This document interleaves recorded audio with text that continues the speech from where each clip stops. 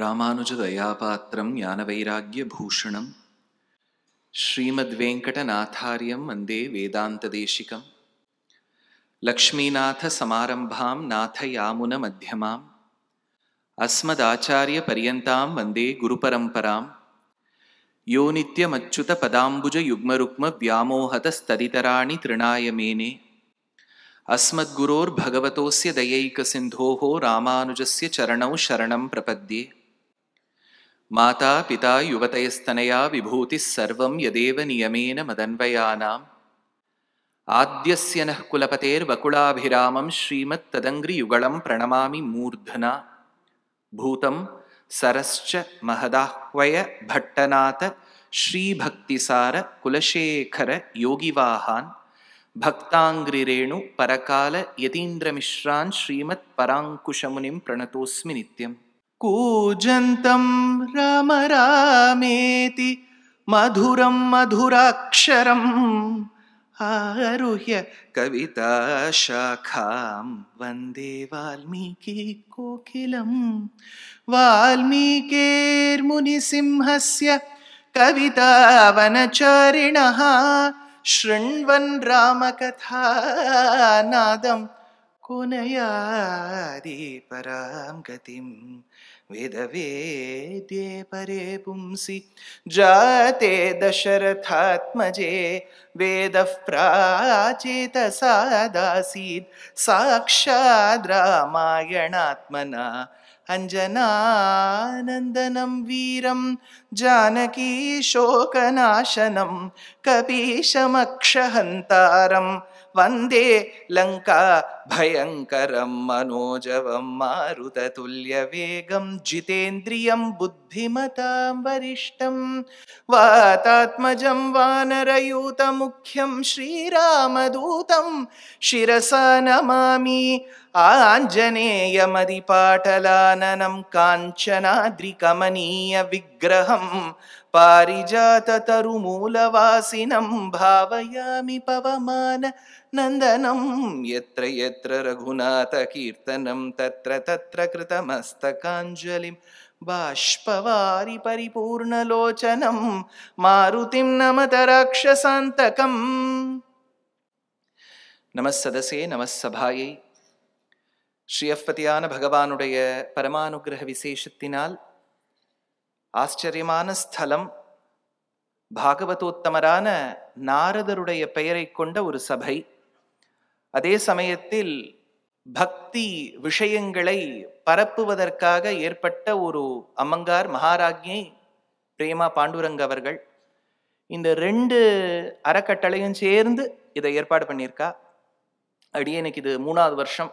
அவர் உபோத்காதத்திலே சொன்ன மாதிரி முதல் வருஷம் ஸ்ரீமன் நாராயணியும் ஒரு 5 நாள் சொல்லக்கூடிய ஒரு வாய்ப்பு.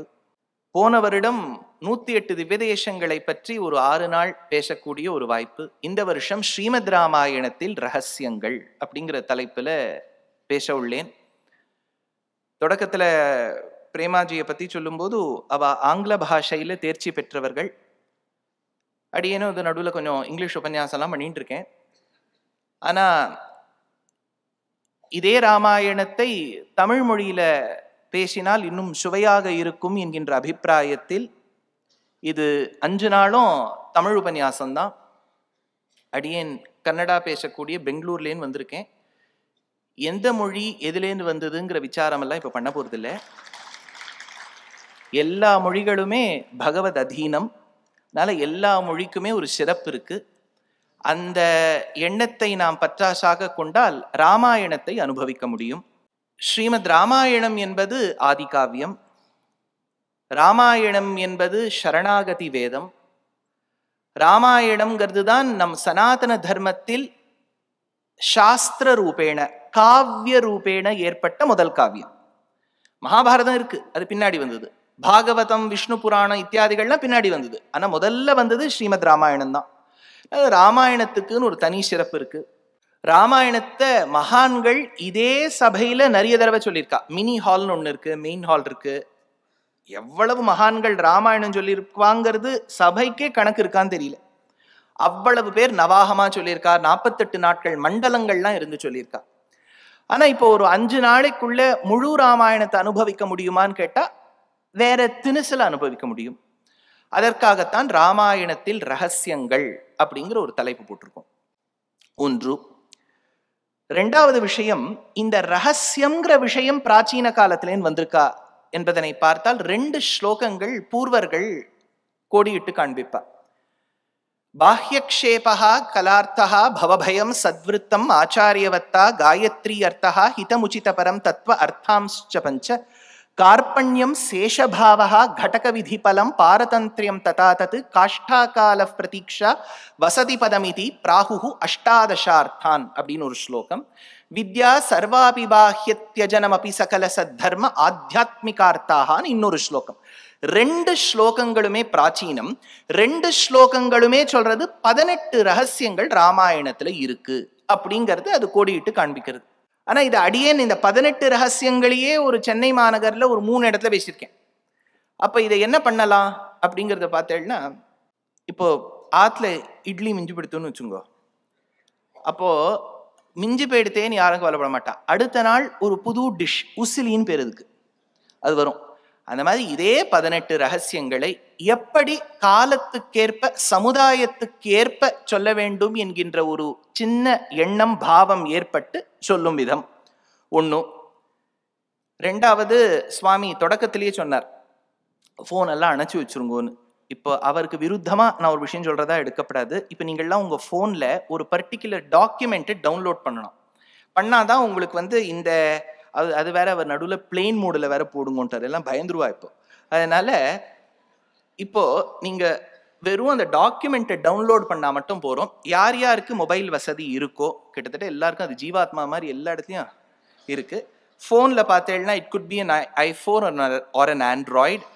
அந்த இடத்துல போய் நீங்கள் உங்கள் ப்ரௌசரில் போய் chromo சஃபாரியோ www.desikadaya.org, I'll spell it out, www.desika, DESIKA, D for Denmark, Desikadaya, DAYA.org. On the landing page of the website மேலே click here for ராமாயண ரகசியான்னு ஒன்று இருக்கும்.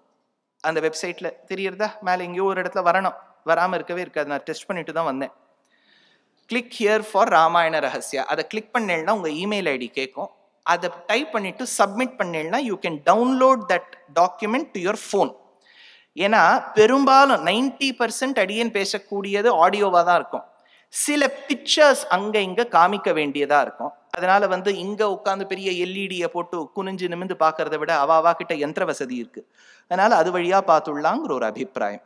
இதுவும் ஒரு பிராச்சீன ஸ்லோகம். வைதேஹி சகிதம் சுரத்ருமதலே ஹைமே மகாமண்டபே வைதேஹி சகிதம்.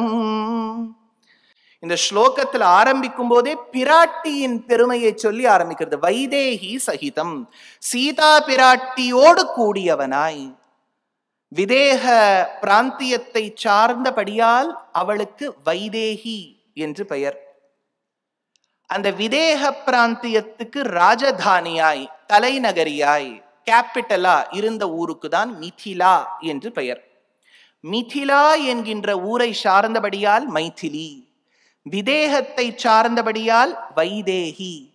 அந்த ஊருக்கு ராஜா, பிரதிநிதியாக பிரஜைகளுக்கு ராஜாவாய் சுவாமியா இருந்தவனுக்கு ஜனகன் சீரத்வஜன்னு பேர். அந்த ஜனகனுக்கு பெண்ணாக இருந்தபடியால் ஜானகி. அப்போ ஜனகனுக்கு பெண் ஜானகி, மிதிலாவை சேர்ந்தவள் மைதிலி, விதேக பிராந்தியத்தை சார்ந்ததால் வைதேகி. இது 3 பேர் வந்துடுத்து. அதை தவிர்த்து கலப்பை நுனியில் ஒரு குழி ஏற்பட்டது, ஃபரோன்னு சொல்லுவோம் இல்லையா, அதற்கு சீதான்னு பேர். அந்த ஃபரோ அதுதான் காஞ்சி கொடுத்துதான் இந்த பெண் குழந்தையை, அதனால அவளுக்கு சீதான்னு பேரு.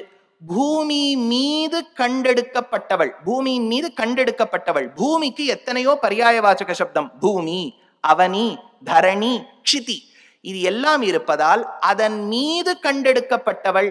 பூமி புத்திரியோ என்கின்ற அபிப்பிராயத்தில் பூமிஜா, அவனிஜா, தரணிஜா, க்ஷிதிஜா, இதெல்லாம் என்ன பேர்னா பூமிக்கு பெண்ணுன்னு அர்த்தம். அவ்வளவுதான்.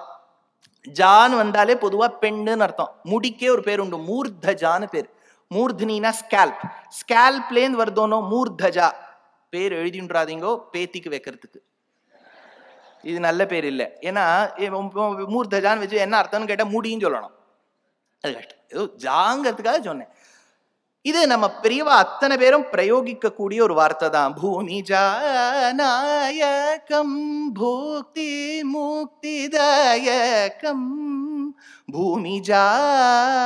தீட்சிதர் வாசுதேவாச்சாரியார் ஒரு இடத்துல ரவி சசி குஜ புத குரு சுக்ர சனைஸ்சர ராகு கேது நேதாரம் ராஜகுமாரம் ராமம் பவன ஜாப்தம் அவனிஜா மனோகரம் பஜரே ரே மானச.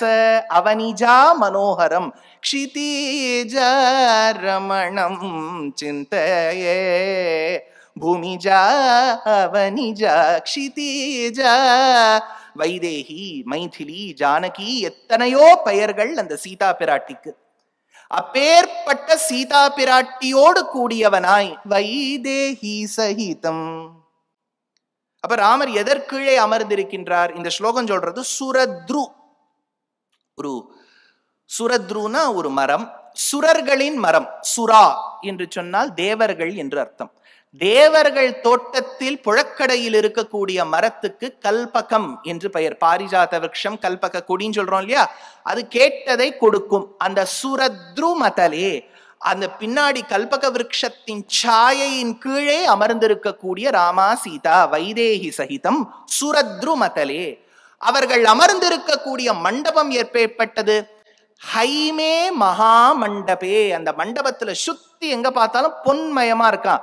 வைதேகி சகிதம் சுரத்ருமதலே ஹைமே மகா மண்டபே மத்தியே புஷ்பகமாசனே மணிமயே. இவர்கள் அமர்ந்திருக்கக்கூடிய புஷ்பகமாசனத்துல எல்லா பக்கமும் ரத்தினங்கள் பொருந்திருக்கான். மணிமயே வீராசனே. ராமர் அமர்ந்திருக்கக்கூடிய கோலம் எப்படின்னா, ஒரு காலை மடிச்சுட்டு ஒரு காலை நீட்டின்னு இருப்பார். இன்னைக்கும் வைகுண்டநாதனை பத்தி உபனிஷத் சொல்லும் போது ஸ்ரீவைகுண்டத்துல பெருமாள் ஒரு காலை மடிச்சுன்னு ஒரு காலை நீட்டின்னு இருப்பான். கேரளத்துல எர்ணாகுளத்தின் அருகே இருக்கக்கூடிய ஒரு உயர்ந்த க்ஷேத்திரம் பூர்ணத்ரயேஷனின் திரிபுவனித்துரா. அந்த இடத்துலயும் ஒரு காலை மடிச்சுன்னு ஒரு கால் பகவான் நீட்டின்னு இருப்பார். தட்சிணாமூர்த்தி சிவபெருமானுடைய ஞானத்தை தரவல்ல ஒரு மூர்த்தி, தாட்சிண்ய ரம்யா கிரிஷஸ்ய மூர்த்தி, ஒரு காலம் அடிச்சுன்னு ஒரு காலம் நீட்டின்னு இருப்பார். அதனால வீராசனேன்னு பேர். அந்த ஆசனத்துக்கு வீராசனம்னு பேர். ஒரு காலம் அடிச்சுட்டு ஒரு காலம் நீட்டி கொண்டிருந்தால் ராமர் அப்படி இருக்காரா? வீராசனே. எப்படி உட்கார்ந்துட்டு இருக்கா? சுஸ்திதம், ஜாகிரதையா உட்கார்ந்துட்டு இருக்கா. அந்த அமரக்கூடிய விதமே அவ்வளவு நன்னா இருக்கு பாக்குறதுக்கு. வைதேகி சகிதம் சுரத்ருமதலே ஹைமே மகாமண்டபே மத்தியே புஷ்பகமாசனே மணிமயே வீராசனே சுஸ்திதம். அவருக்கு முன்னே யார் இருக்கின்றார்? சீதாராமர்களை பத்தி சொல்லியாச்சு. முன்னாடி யார் இருக்கா? அக்ரே வாசயதி பிரபஞ்சன சுதே. அக்ரே வாசயதி பிரபஞ்சன சுதே. எதிரே அமர்ந்திருக்க கூடியது ஹனுமான். ராமநாமமும் சுந்தரகாண்டம் பாராயணமுமாய் வீணையும் கையுமாவே இருக்காராம். அக்ரே வாசயதி பிரபஞ்சன சுதே தத்துவம் முனிபிய பரம். முனிவர்கள்லாம் சேர்ந்து ஏதோ விசாரம் பண்ணிட்டு இருக்காளாம். வியாக்கியாந்தம் பரதாதிபி பரிவிருத்தம். பரதன் குடை கவிக்க மற்றிருவரும் கவரி வீச என்று தம்பிமார்கள் சௌப்ராத்ருத்வத்தோடு சூழ்ந்தவனாய் ராமன் இருக்கும் போது எப்படி இருக்கார் ராமர்னா? ராமம் இப்பேற்பட்ட ராமன் வைதேகியோடு கூடியவனாய், கல்பக விருட்சத்தின் சாயையில் அமர்ந்திருப்பவனாய், ஸ்வர்ண மண்டபத்தின் மத்தியில் அமர்ந்திருப்பவனாய், மணிகள் பொருந்திய வீராசனத்தில் அமர்ந்திருப்பவனாய், பிராத்ருமார்கள் சூழ இருப்பவனாய், இப்பேற்பட்ட ராமன். ராமம் பஜே ஷியாமளம். அந்த ஷியாமள வர்ணத்தோடு கூடிய ராமனுக்கு நமஸ்காரம்ங்கிற. ஷியாமளம்னா என்ன? அது ஒரு கேள்வி. கம்பராமாயணத்தில் கம்பர் ரொம்ப அழகா சொல்றார், ராமருடைய நிறம் என்ன? அதுக்கு ஒரு பிரசித்தமான ஒரு பாடல் உண்டு கம்பராமாயணத்தில். ராமனுக்கு தீர்மானமாயிடுத்து அவர் காட்டுக்கு போக வேண்டும் என்று. அவரும் தான் தந்தையின் வாக்கியத்தை பரிபாலனம் செய்ய வேண்டும் என்கின்ற எண்ணத்தோடு கிளம்புகின்றார். சீதா பிராட்டியும் நானும் கூட வரேன்னா, லக்ஷ்மணன் சொன்னார், நீங்க 2 பேரும் போகும்போது கைங்கரியம் செய்வதற்கு ஒரு கிங்கரன் தேவை, அடியேன் செய்கின்றேன். 3 பேரும் கிளம்பினான். 3 பேரும் அடுத்து போறார். ராமர் போறார், சீதை போறார், லக்ஷ்மணன் போறார். இவா வெளியில அரண்மனைக்கு வெளியே வந்த உடனே சூரியனின் கிரணங்கள் ராமர் மேல படுறது. ஏன்னா ரொம்ப பொத்தி பொத்தி வளர்த்தவர். இப்போ for the first time he is experiencing what broad daylight is. அப்ப நடந்து போறாராம். இவ்வளவு நாள் காத்து கொண்டிருந்த கம்பன் இவருடைய நிறம் என்னன்னு சொல்லணும். அப்போ எழுதுறார், வெய்யோன் ஒளி தன்மேனியில் விரிஜோதியில் மறைய. வெய்யோன் ஒளி, கிரணங்களை எழுப்பக்கூடிய சூரியன் வெய்யோன், அவனுடைய ஒளி. இந்த ஒளி ஒலி வித்தியாசம் உண்டு. ஏன்னா ஒன்னு சவுண்டு ஒன்னு லைட்டு. அது எப்போ தகராறாகும்னா ல வரலேன்னா தகராறாயிடும். ரெண்டுமே ஒலின்னு தான் வரும். வெய்யோன் ஒளி தன் மேனியில், அந்த சூரியனுடைய கிரணங்கள் அப்படி படுறதான் ராமருடைய திருமேனியில. வெய்யோன் ஒளி தன்மேனியில், ராமனுடைய திருமேனியில் பட்டு விரி ஜோதியில் மறைய. என்ன அழகா சொல்றார் கம்பர், சூரியனுடைய கிரணங்கள் ஆச்சரியமான ராமனுடைய திவ்யமங்கள விக்கிரக திருமேனியில் பட்டு சூரியனுடைய கிரணங்கள் மங்கி போயிடுத்தான். வெய்யோன் ஒளி தன்மேனியில் விரிஜோதியில் மறைய. அடுத்தது யார் போறானா, சீதைன்னு சொல்லியிருக்கலாமோ, இவருக்கு ஒரு பெரிய கவிஞர். பொய்யோ எனும் இடையாள், இவளுக்கு இடை இருக்கா இல்லையானே தெரியலையே, அப்படி ஒத்தி போறாளே. பொய்யோ எனும் இடையாள் அடிக்கடி சொல்வேன். இந்த அசிட்டிக் ஆசிட் பத்தி வரும்போது சியூடோ ரியாக்ஷன் கெமிஸ்ட்ரியில ஒரு ப்ராசஸ் இருக்கும். It seems as if the reaction is happening. அதே மாதிரி பாட்டனியில சியூடோ கார்ப்னு ஒன்று உண்டு. அந்த மாதிரி சியூடோ ஹிப் அப்படிங்கிறார் கம்பர். பொய்யோ எனும் இடையாள், இவளுக்கு இடுப்பு இருக்கா இல்லையானே தெரியலையே. பொய்யோ எனும் இடையாள். பின்னாடி யார் போனார், இளையானோடும் போனான். இளையவன், உறங்கா வில்லியாய் இருக்கக்கூடிய இளைய பெருமாள் லக்ஷ்மணரோட போனார். வெய்யோன் ஒளி தன்மேனியில் விரிஜோதியில் மறைய. பொய்யோ எனும் இடையாளோடும் இளையானோடும் போனான். இப்ப நிறத்தை சொல்லணுமே. objective is to determine the complexion of Rama. இப்ப சொல்றார், அது மையோ, அது கருப்பா. என்ன சொல்றது இல்லையா, மை கண்ணில் தீட்டிக் கொள்ள வேண்டிய அஞ்சனத்தின் கருநிறமோ இது. அது மையோ மரதகமோ, ஒருவேளை பச்சை கல்லிலிருந்து எடுக்கப்பட்ட பச்சையோ. மழை முகிலோ மறிக்கடலோ, மறிக்கடலோ ஒருவேளை 7 சமுத்திரங்கள். இப்ப இந்த எங்கெல்லாம் நம்ம ஹாலிடேஸ் போகலாம், அது வேற பயமா இருக்கு, போயிட்டு வருவோமா இல்லையா. அதனால எங்கேயாவது ஒரு இடத்துக்கு போறோம்னு வச்சுங்க, இந்த நிறைய தீவுகளை சுத்தி இருக்கக்கூடிய கடல் நிறம் எல்லாம் பார்த்தீங்கன்னா ப்ளூவா இருக்கும். இந்த செஷல்ஸ், மால்தீவ்ஸ், மொரிஷியஸ், இந்த மாதிரி இடங்கள் எல்லாம் பார்த்தீங்கன்னா ஒரு நைல்யம் இருக்கும். அந்த அதுலேருந்து எடுக்கப்பட்ட நைல்யமோ மறி கடலோங்கிறார். அது மையோ கருப்பா, மரதகமோ பச்சையா, மறி கடலோ ஒருவேளை நீலமா, மழை முகிலோ ஒருவேளை கருப்பும் இல்லை வெள்ளையும் இல்லை, மழையை வருஷிக்க வேண்டும் என்று கொழுத்திருக்கக்கூடிய பெரிய மேகங்களில் உள்ள நிறமா. அது மையோ மரதகமோ மறி கடலோ மழை முகிலோ. ஐயோ, அடுத்தது இது என்ன சுவாமி, இதேதான் நிறமான்னு கேட்டா எனக்கு என்ன சொல்றது தெரியலங்கிறார். ஐயோ, என்னன்னு சொல்றதுனே தெரியலையே. இந்த 4 வர்ணங்களின் சேர்த்திக்குத்தான் ஷியாமளம்னு பேரு. ராமம் பஜே ஷியாமளம், அப்பேற்பட்ட ராமனுக்கு நமஸ்காரம்ங்கிறது இந்த ஸ்லோகம். இது எல்லாரும் நித்தியப்படி ராமாயண பாராயணம் பண்ற கூடியவா அத்தனை பேரும் சொல்லக்கூடிய ஸ்லோகம். வைதேகி சகிதம் சுரத்ருமதலே ஹைமே மகாமண்டபே மத்தியே புஷ்பகமாசனே மணிமயே வீராசனே சுஸ்திதம் அக்ரேவாச்சயதி பிரபஞ்சன சுதே தத்வம் முனிபியः பரம் வியாக்கியாந்தம் பரதாதிபிः பரிவிருத்தம் ராமம் பஜே ஷியாமளம். இதுல ஒரு இடம் கவனிச்சேன்னா, தத்துவம் முனிபியः பரம் வியாக்கியாந்தம், முனிவர்கள்லாம் சேர்ந்து ஏதோ விசாரம் பண்ணிண்டே இருந்தான்னு சொன்னேன். The group of rishis got together and they were discussing something. அந்த சம்திங்கிறது தான் இன்னிலேந்து 5 நாள் நான் சொல்ல வேண்டிய விஷயம், ராமாயண ரகசியங்கள். அந்த முனிவர்கள் என்ன விசாரம் பண்ணிட்டு இருந்தா, அவ பண்ணிட்டு இருந்த விசாரம் பிராச்சீனத்துல 2 ஸ்லோகங்கள்ல சொல்லப்பட்டிருக்குன்னு சொன்னேன். அதை ஒரு மாதிரி நம்ம ரீமாடிஃபை பண்ணி ரீபேக்கேஜ் பண்ணி கொடுக்குறோம். இதுல முதல் ரகசியம், அது ஆங்கிலத்துல சொல்லிவிடுறேன், விவரணம் தமிழ்ல இருக்கும். Her ears that speak. இதுதான் முதல் ரகசியம்.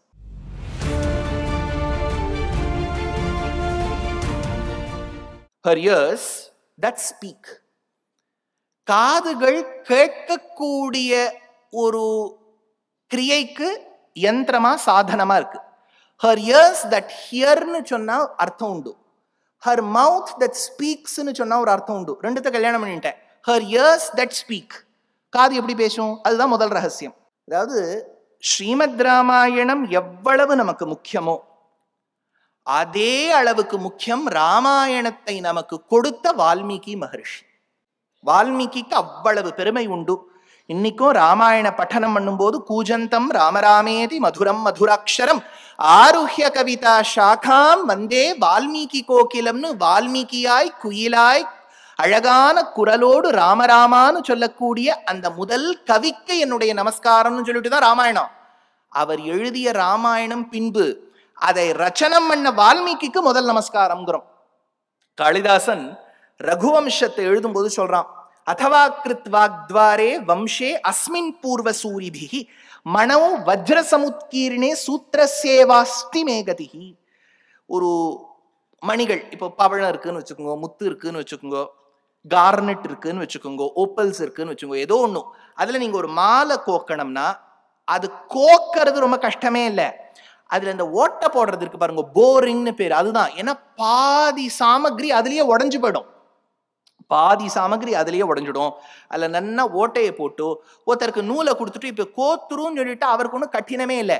அதே மாதிரிதான் காளிதாசனை எல்லாரும் புகழ்ந்து பாடினாலாம், என்னமா ரகுவம்சம் எழுதியிருக்கேள்னு. அதுக்கு அவர் சொல்றார், எனக்கு முன்னாடி இருந்தவா பூர்வ சூரிபிகி வால்மீகி போன்ற மகர்ஷிகள் எல்லா வேலையும் பண்ணிட்டு போயிட்டா, எனக்கு என்னப்பா வேலை இருக்கு? வெறும் நூலை வச்சு கோக்கிறது மட்டும்தான் எனக்கு வேலை. அதவா கிருத் வாக்த்வாரே வம்சே அஸ்மின் பூர்வ சூரிபிகி மணம் வஜ்ர சமுத்கீர்ணே சூத்திரசேவாஸ்தி மேகதிஹின்னர். அதனால வால்மீகிக்கு ராமாயண பாராயணம் பண்ணக்கூடியவாளும் நமஸ்காரம் சொல்றா, காளிதாசரும் சொல்றார், கம்பர் சொல்றாரா? ஏன்னா நமக்கு இப்ப புதுசா ஒண்ணு வந்துடும். இப்ப இது என்ன ஆயிடும் தெரியுமோ, நான் எதெல்லாம் சொல்றேனோ அது ரொம்ப பிரசித்தமாக, எதை சாப்பிடலாம் எது சாப்பிடக்கூடாது அதெல்லாம் கரெக்டா வைரல் ஆயிடும்.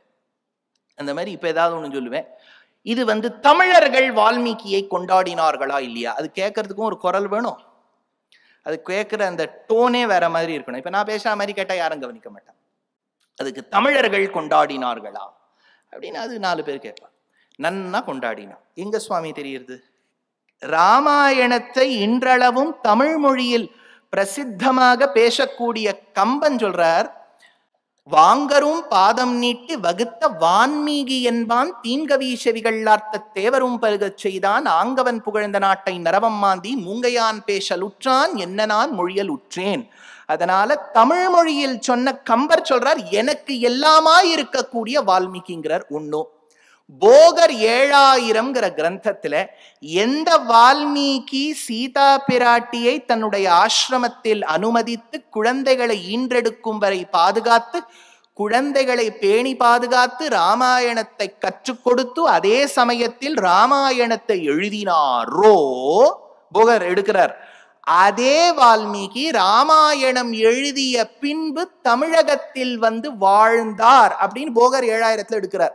அதுக்கு ஏதாவது சான்று இருக்கா? இந்த ஊரை விட சான்றே இல்லை. வால்மீகி சிவபெருமானை தொழுத ஸ்தலம்தான் ஸ்தல புராணத்தில் மருந்து கொடுக்கக்கூடிய ஈஸ்வரனாய் மருந்தீஸ்வரனாய் இருக்கக்கூடிய வைத்தியநாத சுவாமி. அந்த இடத்துக்கே வால்மீகியின் ஊர். பாதி அக்ஷரம் சம்ஸ்கிருதத்திலேருந்து தமிழ்ல வர முடியாது, அதனால வான்மீயூர் அப்படின்னு கொண்டாடுறோம் இல்லையா, திருவான்மியூர். அது வால்மீகி இருந்த ஊர். அதனால்தான் என்னவோ அந்த இடத்துல கூட வால்மீகி நகர்னு ஒண்ணு இருக்கு, கேள்விப்பட்டிருக்கீங்களா? விஷயம் தெரிஞ்சவாதான் பேர் வச்சிருக்கா. ஒண்ணு. ரெண்டாவது, வால்மீகி தெற்குக்கு வரும்போது தன்னுடைய குலதனத்தை குலதெய்வத்தையும் எடுத்து கொண்டு வந்தார். அந்த குலதனத்துக்கு ஜலதிவர்ணன், தமிழ் மொழியில் நீர்வண்ணன்னு பேர். அதனாலதான் திருநீர்மலைன்னு பேர். திருநீர்மலையில இருக்கக்கூடிய பகவான் வால்மீகியின் குலதனம். வால்மீகி தொழுத சிவபெருமான் இருப்பது வால்மீகியூர் திருவான்மியூர். இதை சொல்லி இருப்பது ஸ்தல புராணங்கள். வால்மீகி வந்தாரா தமிழகத்துக்கு போகர் 7000 சொல்றது. வால்மீகியுடைய ராமாயணம் தான் தமிழ் ராமாயணத்துக்கு ஆதாரமான்னு கேட்டா கம்பர் ஒத்துக்கிறார். இதை விட வால்மீகிக்கு என்ன சம்பந்தம் வேணும்னு சொல்லுங்க. அதனால அப்பேற்பட்ட வால்மீகி மகர்ஷி இருந்தார். Point number 1. ரெண்டாவது, வால்மீகியின் பெருமை எந்த இடத்துல வருது ஸ்ரீமத் ராமாயணத்துலன்னா, நிறைய பேருக்கு ஒரு கேள்வி, ராமர் பிறந்த உடனேயே வால்மீகி ராமாயணத்தை எழுத ஆரம்பிச்சுட்டாரா, ராமர் வாழும் போது எழுதினாரா, ராமர் காலத்துக்கு அப்புறம் எழுதினாரா? ஞாபகம் வச்சுங்கோ, ராமர் பிறந்து 12 வயசுல கல்யாணம், 24வது வயசு முடிஞ்சு 25வது வயசு தொடக்கத்துல அவருக்கு தண்டகவனம் போக வேண்டும் என்கின்ற ஒரு கட்டளை. 39வது வயசுல ராமர் திரும்புறார். ததா அபிஷேகானந்தரம் வருஷத்வயம் ஜாத்தம், பட்டாபிஷேகம் கழிந்து 2 வருடங்கள் பிறகு, அப்படின்னா ராமருக்கு 41வது வயசு இருக்கும் போது சீதா பிராட்டியோடு ஒரு நாள் தன்னுடைய அரண்மனையிலேயே நடந்து போறார். இதை உத்தர ராமச்சரித்திரத்துல பவபூதி ரொம்ப நன்னா எடுத்து சொல்வான். அப்போ ஒரு போட்டோவா பார்த்துன்னு போறாளாம். பவபூதி சொல்றார், அப்போ when they were cherishing their memories, அப்போ ஒரு அழகான ஒரு பெயிண்டிங்கா, அதுல சீதா பிராட்டி தபோவனத்தில் ஆசிரமங்களில் இருக்கக்கூடிய முனிவர்களோடு கலந்து பேசக்கூடிய அந்த பெயிண்டிங்கை பார்த்துட்டு சீதா பிராட்டி சொன்னாலாம், தபோவனானி புண்ணியானி திரஷ்டுமிச்சாமி ராகவ கங்கா தீரோபவிஷ்டானம் ரிஷீணாம் உக்ர தேஜசாம். என்ன அழகா இருக்கு இந்த ஆசிரமங்கள்லாம் பார்ப்பதற்கு ராமா. ஒருவேளை என்னுடைய வாழ்க்கையில் எனக்கு நீ அனுமதி கொடுத்து இப்படித்தான் வாழ வேண்டும் சீதை என்று ஆசைப்பட வேண்டும் என்று நினைத்தால் நான் மறுபடியும் காட்டில் போய் வசிக்க வேண்டும், வாழ வேண்டும் என்கின்ற ஆசை கொண்டுள்ளேன் அப்படின்னு உத்தரகாண்டத்துல ஸ்லோகம். தபோவனானி புண்ணியானி திரஷ்டுமிச்சாமி ராகவ கங்கா தீரோபவிஷ்டானம் ரிஷீணாம் உக்ர தேஜசாம். அப்போ தெளிவா ஸ்ரீமத் ராமாயணத்தில் உத்தரகாண்டத்தில் சீதா பிராட்டி ராமர் கிட்ட எனக்கு மறுபடியும் காட்டுல போய் வாழ வேண்டும் என்கின்ற இச்சையை கூறுகின்றாள். ஸ்லோகம் இருக்கு. ரெண்டாவது, அந்த இரவு, இந்த டர்ன், அந்த ஈவெண்ட்ஸ் எப்படி நடக்கிறதுன்னு பாருங்க. அந்த இரவு தான் பத்ரன் அப்படின்னு சொல்லிட்டு ஒத்தன், அவன் இந்த ஏஜென்ட், எல்லா பக்கமும் இப்ப நம்ம நாட்டுக்கே வெளிநாடுகள்ல என்ன நடக்குங்கிறதுக்கெல்லாம் அந்த அந்த அசெட்ஸ், அந்த சீக்ரெட் அசெட்ஸ்ல வச்சுருப்பா, இந்த விஷயங்கள்லாம் கொடுப்பார் அப்படிங்கிறது இருக்கும். இப்போ நம்ம இந்த இடத்துல நம்ம நாட்டுக்கு எதிர்ப்பா ஒருத்தர் இருக்கார், இந்த இடத்த தாக்குங்கன்னு சொல்லணும்னா அந்த இடத்துல ஒருத்தர் நமக்கு சொல்லணுமே. அப்படின்னா ஊர்ல என்ன நடக்கிறதுங்கிறத சொல்றதுக்கு பத்ரன் ஒருத்தர் தான். அவன் ராமன் கிட்ட சொல்லுவதாக உத்தரகாண்டம், ராமா சீதையின் சரித்திரத்தை பத்தி ரொம்ப ஓஹோன்னு பேசல ஊர் மக்கள், இந்த இடத்த பொதுவா உபன்யாசகா தொடவே மாட்டான், பொதுவா பட்டாபிஷேகத்தோட முடிச்சுட்டு போயிடுவா. ஏன்னா எது ப்ராப்ளமேட்டிக்கோ அதை நம்ம தொடாமையே நடத்தி விடலாம். ஆனா இப்போ இருக்கக்கூடிய இளைஞர்களுக்கு Quora.com AI ஆஸ்க் பெர்ப்ளெக்சிட்டின்னு ஒன்று இருக்கு. அது நீங்க கேட்டேன்னா அதுவே உங்களுக்கு உத்தரம் கொடுத்துருது. அதனால இப்போ ஆர்டிஃபிஷியல் இன்டெலிஜென்ஸ் இருக்கிறதுனால எதையும் நம்ம மூடி மறைக்கவும் முடியாது, மூடி மறைக்கணுங்கிறதும் இல்லை. இதை 2 விதத்துல கையாளலாம். ஒன்னு என்ன சொல்லிடலாம், உத்தரகாண்டமே நடக்கலன்னு சொல்லிடலாம். அது ஒரு பல பேர் சொல்லிட்டு இருக்கா, உத்தரகாண்டமே ஒண்ணு நடக்கல சார் அப்படிங்கிறா. அது அப்படி இல்லை. நம்ம பெரியவாள்லாம் உத்தரகாண்டத்தை ஒத்துருக்கா. உத்தரகாண்டத்துல இந்த சம்பவம் வருது.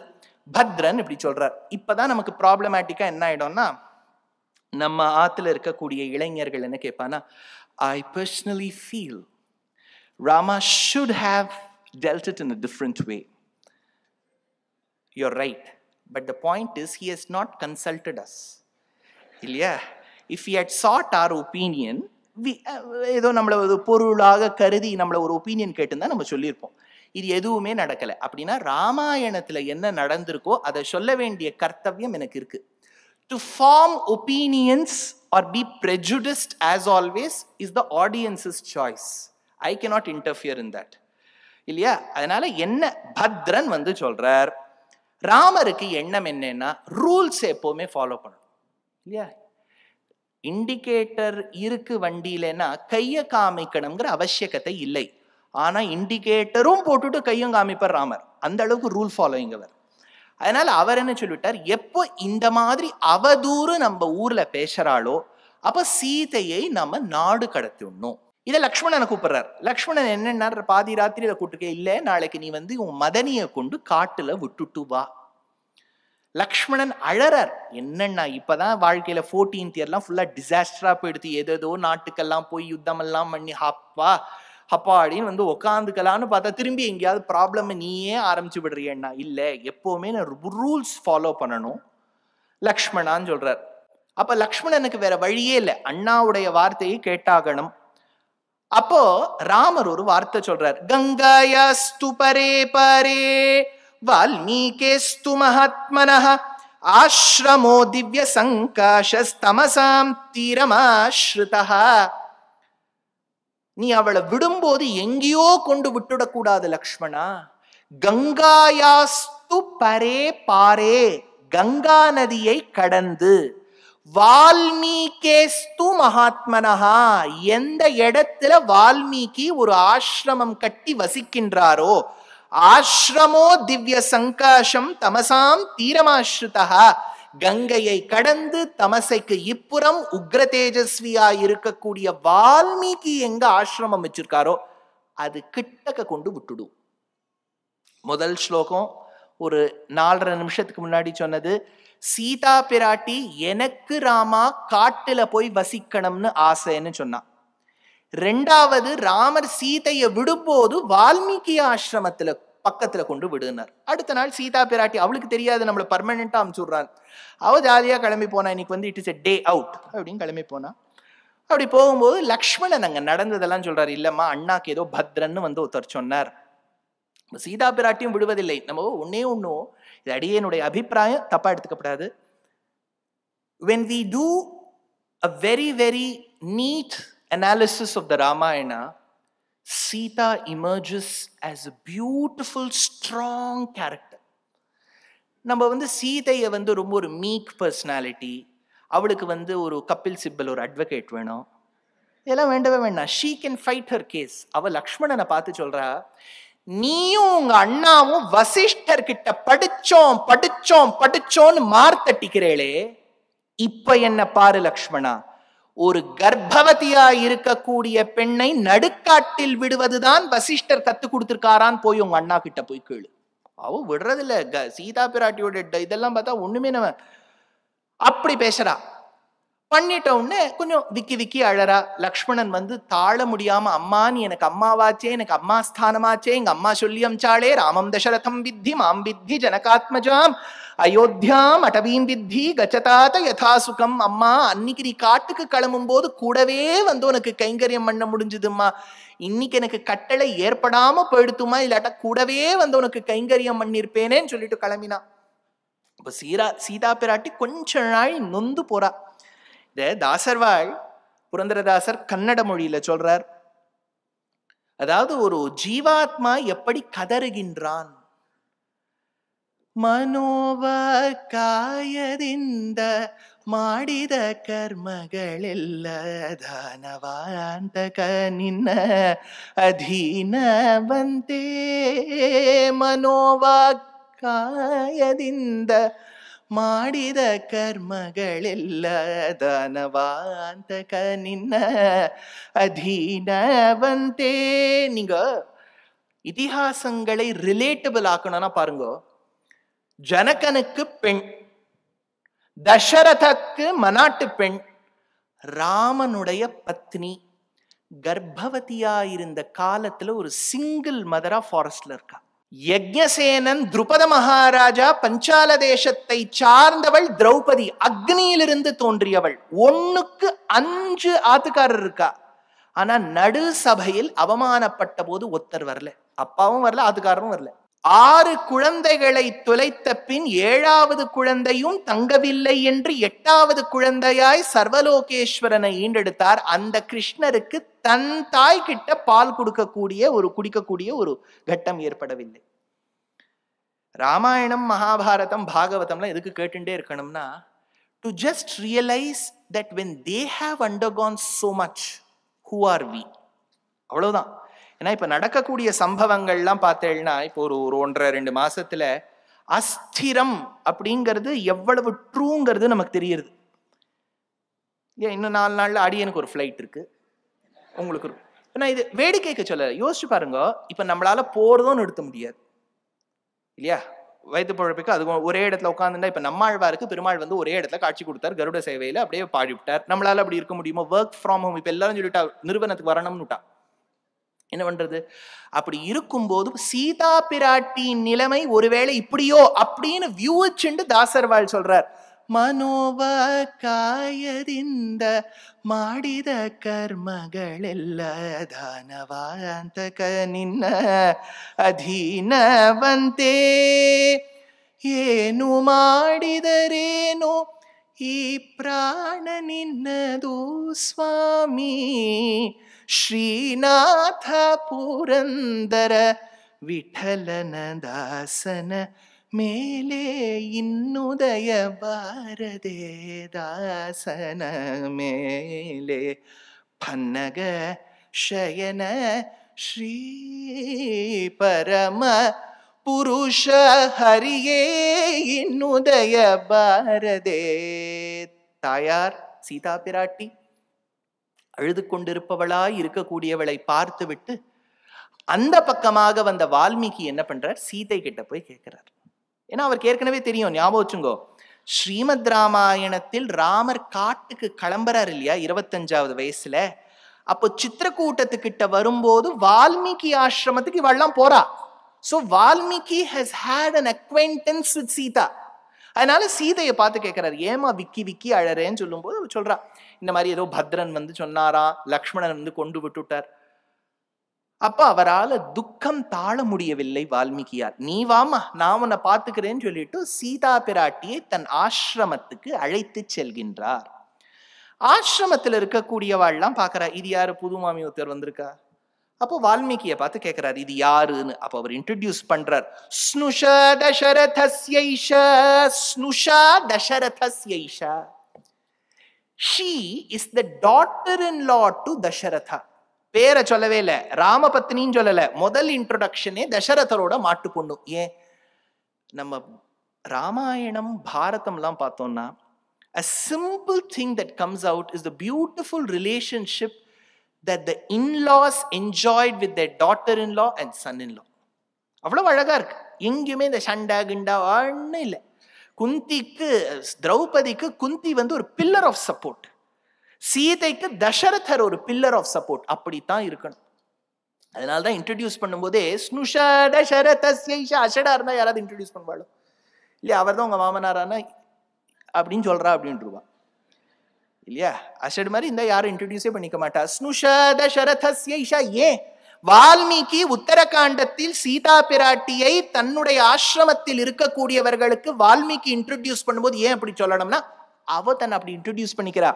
சுந்தரகாண்டத்துல ஹனுமானுக்கு ஒரு விசாரம், இதுதான் சீதையா இல்லையா? அவர் பாவம் பாய்ஸ் ஒன்லி ஸ்கூல்ல படிச்சவர். இந்த மாமியோட ப்ரொஃபைலையும் பார்த்ததுல ப்ரொஃபைல் லாக்ட். அப்படி இருக்கும்போது எப்படி கன்ஃபார்ம் பண்ணுவார்? அப்ப அவரை பார்த்து கேட்கிறார், சீதா பிராட்டியை நீ யாருமான்னு. ஸ்னுஷா தசரதஸ்யாஹம்ங்கிறா, நான் தான் தசரதனோட மாட்டு பொண்ணு. எப்படி சுந்தர காண்டத்துல அவ தன்னை இன்ட்ரோடியூஸ் பண்ணிட்டாரோ அதே ரீதியில் வால்மீகி அவளை இன்ட்ரோடியூஸ் பண்றார். ஸ்னுஷா தசரதஸ்யைஷா, தசரதனோட மாட்டு பொண்ணு. ஜனகஸ்ய சுதா சதி, ஜனகனோட பொண்ணு.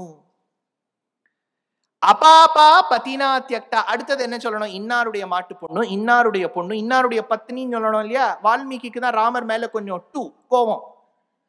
என்ன சொல்றார்? அபாபா பதினா தியக்தா.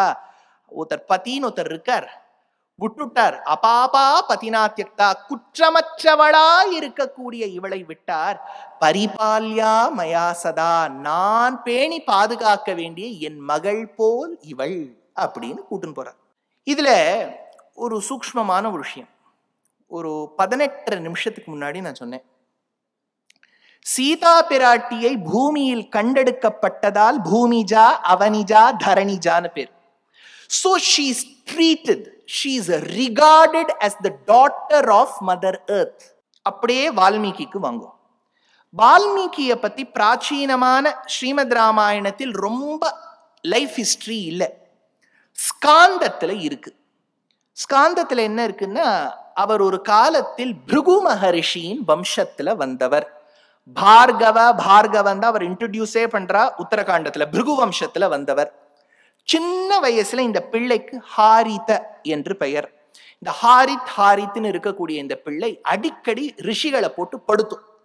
அவ அப்பா பார்த்தார், இந்த மாதிரி ஒரு பிள்ளை நாட்டுக்கு உகந்ததில்லையேன்னு காட்டுக்கு அனுப்பிச்சுட்டார்.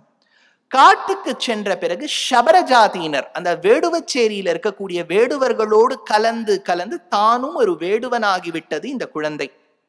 இதே குழந்தை பிற்காலத்தில் குடும்பத்தை பேணி பாதுகாக்க வேண்டும் என்பதற்கு தனமில்லை, வழிபறி கொள்ளக்காரனா மாறிவிடுத்து இந்த குழந்தை.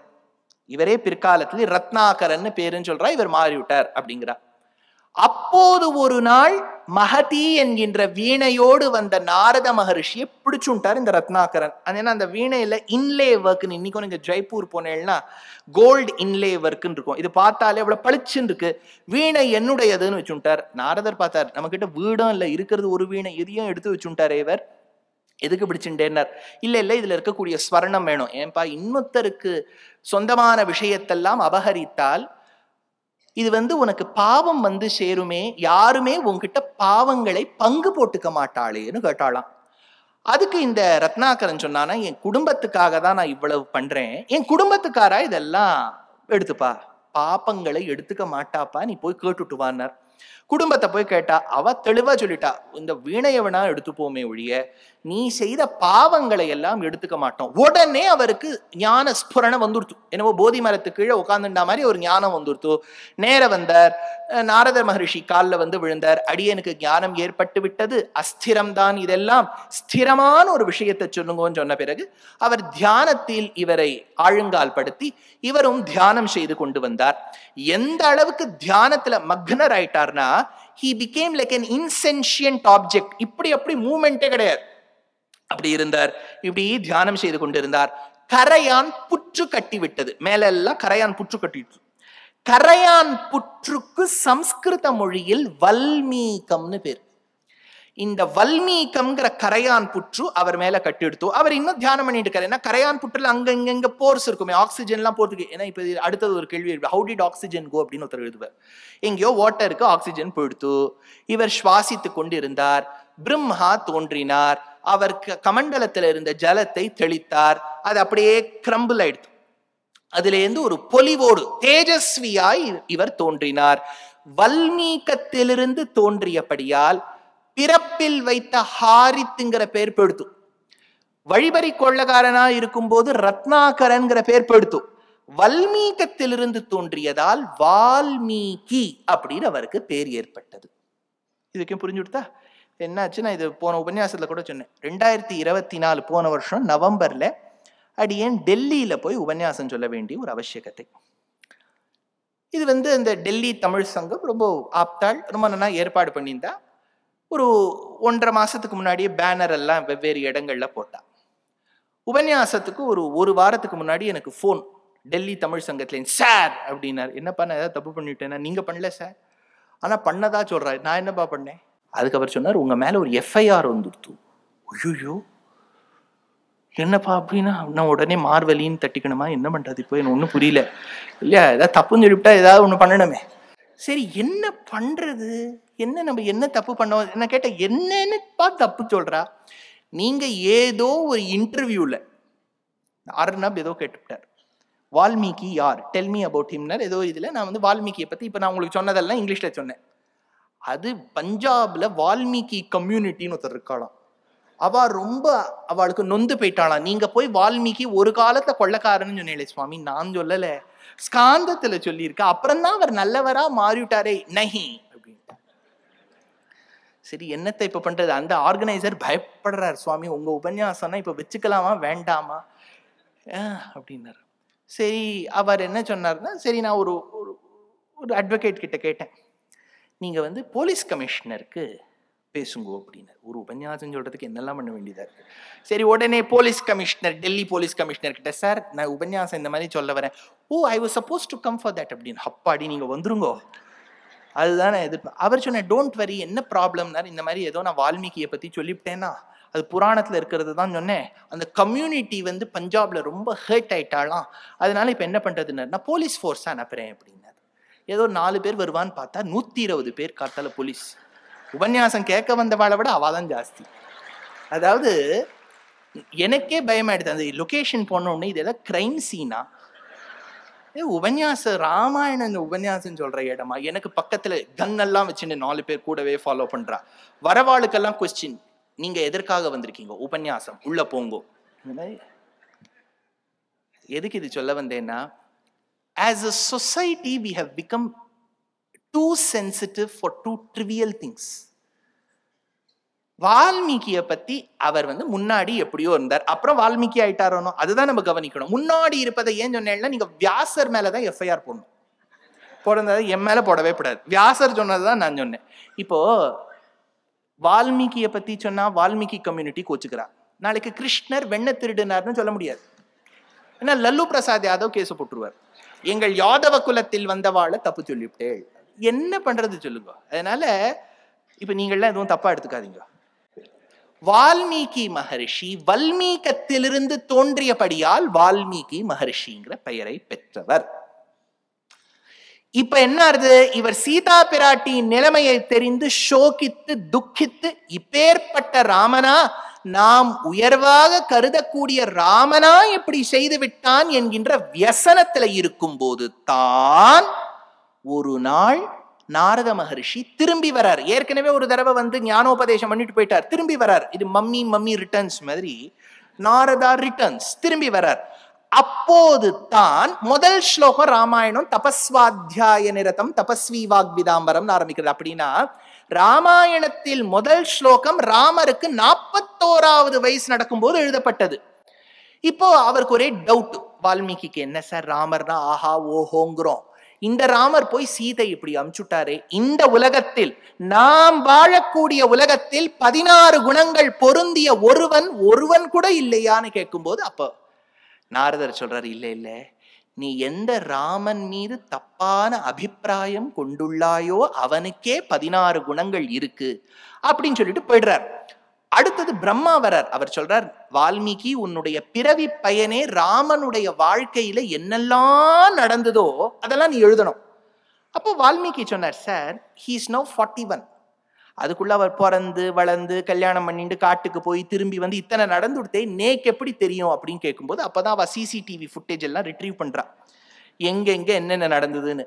ரகசியம் ச பிரகாசம் ச, ராமன் வாழ்க்கையில் உலகோருக்கு தெரிந்து என்னெல்லாம் நடந்ததோ தெரியாமல் என்னெல்லாம் நடந்ததோ அத்தனையும் உனக்கு கையில தெரியும்பா, கையில தெரிஞ்சபடியே நீ எழுதின் வா அப்படின்னா, இவர் தான் தோணித்தனமா என்ன வேணாலும் எழுதலாம் இல்லையா, எழுதினார். எழுதின பிறகு லவகுஷாளுக்கு கத்து கொடுத்து, லவகுஷாள் இந்த ராமாயணத்தை ராமருக்கு முன்னே பிரஸ்துதம் பண்ணி ராமரும் அங்கீகரித்தபடியால் ராமன் வாழ்க்கையில நடந்ததை எழுதிய வால்மீகி எழுதினது சத்தியம்தான் தெரிய வருது. Point number 1. இதுல பாயிண்ட் நம்பர் 2, இப்ப இந்த கரையான் புற்றுன்னு ஒண்ணு சொன்னேன் பாருங்க. இந்த கரையான் புற்றுக்கு வல்மீகம்னு பேர். இது வேதத்துல ஒரு இடத்துல வருது. இந்த வேதத்துல வரக்கூடிய இடம்தான் ஊர்ஜவா ஏதகும் ரசப் பிருத்திவ்யா உபதீகா உத்திஹந்தி யத் வல்மீகம் யத் வல்மீகவபா சம்பாரோ பவதி ஊர்ஜமேவ ரசம் பிருத்திவ்யா அவருந்தே அதோ ஸ்ரோத்ரமேவ ஸ்ரோத்ரகும் ஏதத் பிருத்திவ்யாக ஏதத் வல்மீகஹா அப்படின்னு யஜுர்வேதத்துல வருது. வல்மீகம்னா என்ன? பூமாதேவிக்கு காதம். பூமாதேவி இருக்காளோன்னு, அவளுக்கு காது எப்படி கேட்கும்? இந்த கரையான் புற்று மூலமா கேட்கும். அப்போ பூமாதேவியின் காதுதான் கரையான் புற்று. கரையான் புற்றிலிருந்து தோன்றியவர் தான் வால்மீகி. அதனால வால்மீகி மகரிஷி பூமாதேவியின் பிள்ளை ஸ்தானம். பூமாதேவியின் மீது உழுது புத்திரகாமேஷ்டி செய்து கண்டெடுக்கப்பட்டவள் சீதை என்கின்ற வைதேகி. அப்படின்னா பூமாதேவிக்கு பெண் ஸ்தானம்.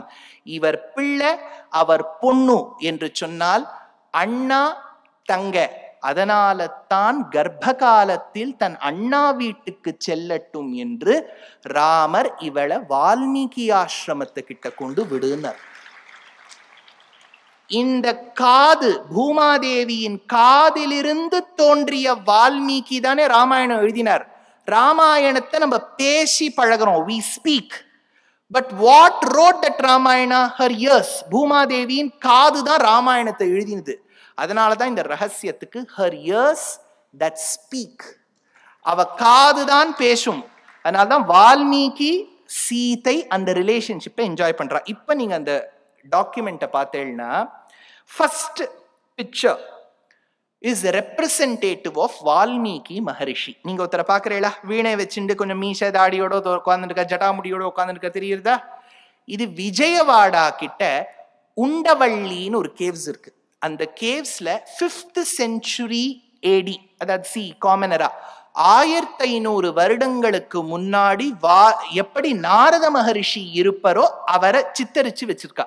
இப்ப நீங்க இங்க பாக்குறது நாரத மகரிஷி. அடுத்த ஸ்லைடு பார்த்தேன்னா, நான் உங்களுக்கு சொன்னேன், நாரதரும் வால்மீகியும் பேசிய பிறகு அடுத்ததாக வருவது பிரம்மா. பிரம்மா தானே சொன்னார் நாரதர் வால்மீகி கிட்ட, ராமன் வாழ்க்கையில நடந்ததெல்லாம் நீ உன் கையில பாப்பேன்னுட்டு. அப்போ பிரம்மா, சதுர்முக பிரம்மாவுக்கும் வால்மீகி மகர்ஷிக்கும் ஒரு சம்பாதம் நடந்திருக்க வேண்டும். அது எங்க தெரியுது? Can you see a Brahma on the second slide? பக்கத்துல நாரத வால்மீகி இருந்திருக்கணும்.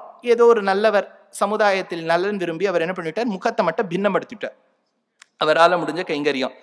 இது எங்கன்னா பந்தாய்ச்மர் அப்படின்னு ஒரு கோவில். இது 12வது நூற்றாண்டு கோவில், கம்போடியால இருக்கக்கூடிய ஒரு கோவில். அந்த கோவில்ல பிரம்மாவுக்கும் வால்மீகிக்கும் நடந்த சம்வாதத்தை ரொம்ப அழகா சித்தரிச்சிருக்கா. 3வது ஸ்லைடு பாருங்க.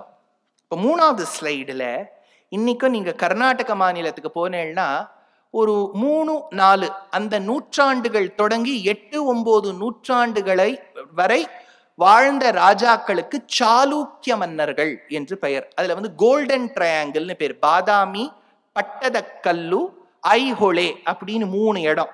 அதுல பாதாமியில ஒரு கேவ்ல இருக்கக்கூடிய வராகமூர்த்தி. வராகமூர்த்தியை நீங்க பார்த்துட்டு இருக்கல, அந்த போட்டோல தெரியறாரா? வராகமூர்த்தி பூமாதேவியை இடர்ந்து எடுக்கிறார், அப்படியே பிடிச்சுட்டு இருக்கார் பூமாதேவியை. அப்போ பூமாதேவியை மீட்டெடுத்தவர் வராக பகவான். அந்த வராக பகவானுடைய திருவடி கிட்ட பார்த்தேன்னா ஆதிசேஷன் இருப்பார், தெரியுறதா? இன்னைக்கும் நீங்க நம்ம திருவிடந்தையில போய் சேவிச்சேனாலும் இப்படிதான் இருப்பார். வராகர், பூமாதேவி, கீழே ஆதிசேஷன். ஏன்னா சனாதன தர்மத்துல என்ன நம்பிக்கைனா, பூமியை தோண்ட தோண்ட பூமியை உள்புறத்திலிருந்து தன் சிரசில் தாங்குபவர் ஆதிசேஷன். ஆதிசேஷன் யாருன்னு கொஞ்சம் விசாரம் பண்ணேன்னா நாராயணன் தான் ஆதிசேஷன். நாராயணனே தனக்கு படுக்கையா மாறிக்கிறார். அப்ப நாராயணன் தான் ஆதிசேஷன். ஆதிசேஷன் பூமாதேவியை சுமக்கிறார். பொதுவா நமக்கு கொலோக்கியலா சொல்லும் போது தலையில வச்சு தாங்கறரும்போம். இது நம்ம லௌகீகமா பண்ணிட்டோம்னா மாமா போயிடுவார். ஆனா பெருமாளால தாங்க முடியும். பெருமாள் பூமாதேவியை ஆதிசேஷனாக இருந்து சுமக்கின்றார். அப்ப ஆதிசேஷன் தான், அவருடைய அம்சாவதாரம் தான் லக்ஷ்மணன். வராகர் தான் ராமர். வராகரான பரமாத்மா இடர்ந்தெடுத்த பூமாதேவியின் காதுதான் வால்மீகி. பூமாதேவி மேல வந்தவள் தான் சீதை. அப்போ உங்களுக்கு ஒரு அழகான ஒரு வென் டயக்ராம் கிடைச்சிருது பாருங்க. வராகா who lifted பூமி தேவி, whose ears and surface are Valmiki and Sita, who are related to Lakshmana. அதனால தான் லக்ஷ்மணன் கொண்டு ராமானுகிரகத்தோடு சீதைய வால்மீகி ஆசிரமத்துக்கிட்ட விட்டுட்டு வந்தார். இதுதான் முதல் ரகசியம்.